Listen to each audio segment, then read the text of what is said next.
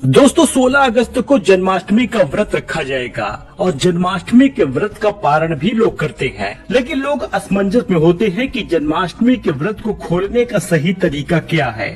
जन्माष्टमी का व्रत रखने से 100 पापों से मुक्ति मिलती है और 100 एकादशी का लाभ प्राप्त होता है। आइए जानते हैं दोस्तों कि प्रेमानंद महाराज ने बताया है जन्माष्टमी में व्रत खोलने का जो सही तरीका, उसको देख लेते हैं।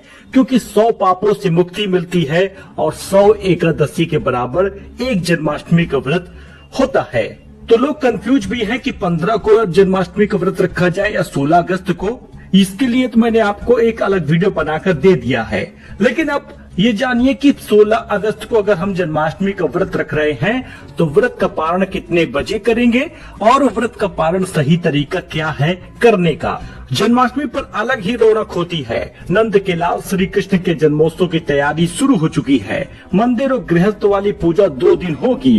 15 को मंदिर में पूजा हो रही तो 16 तारीख को घरों में नंद लाला का जन्मदिन मनाया जाएगा। अब सुंदर झांकियों के साथ साथ लोग भगवान कृष्ण के लिए दूध, दही, मक्खन और मेवे से बने हुए भोग को तैयार करते हैं। वही व्रत को लेकर लोगों के मन में कई तरह के सवाल होते हैं। रखा जाएगा या नहीं रखा जाएगा?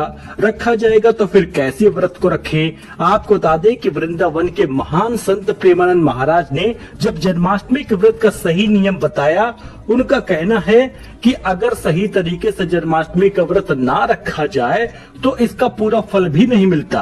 अब उन्होंने कहा कि जन्माष्टमी की पूजा और व्रत का सही नियम है क्या।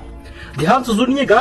प्रेमानंद महाराज के अनुसार जन्माष्टमी वाले दिन नए वस्त्र और आभूषणों से श्री कृष्ण का श्रृंगार करना चाहिए। इसी के साथ श्री कृष्ण के 108 नाम का जप भी करना चाहिए। नाम जप आपको जरूर करना है। साथ ही इस दिन कृष्ण लीला की कथाएं सुननी चाहिए। घर में ही रहकर श्रद्धा पूर्वक कीर्तन करना चाहिए। उन्होंने आगे बताया कि जन्माष्टमी वाले दिन ब्रह्मचर्य का पालन करने के साथ साथ तामसिक खाना जैसे नॉनवेज, प्याज, लहसुन से दूर ही रहना चाहिए। श्री कृष्ण के जन्म के बाद ही भोग के प्रसाद के साथ ही अपना व्रत खोल लेना चाहिए। अब आपको बता दें 12:04 से लेकर 12:47 तक सिर्फ 43 मिनट शुभ है। 16 अगस्त और 17 अगस्त की मध्य रात्रि में। ऐसे में इसी समय आपको भगवान जी को भोग लगाना है, अर्पित करना है जो भी कुछ आप माखन मिश्री वगैरह बनाए हैं, और इसके बाद ही उसी भोग के प्रसाद को खाकर व्रत का पारण करना होगा। जन्माष्टमी पर मंदिर जाना चाहिए या नहीं? देखिए, बहुत सारे लोग जन्माष्टमी पर मंदिर जाते हैं, तो क्या मंदिर पे जाना चाहिए या घर पर ही लड्डू गोपाल की पूजा करनी चाहिए? इसके लिए बहुत सारे लोगों के मन में दुविधा रहती है।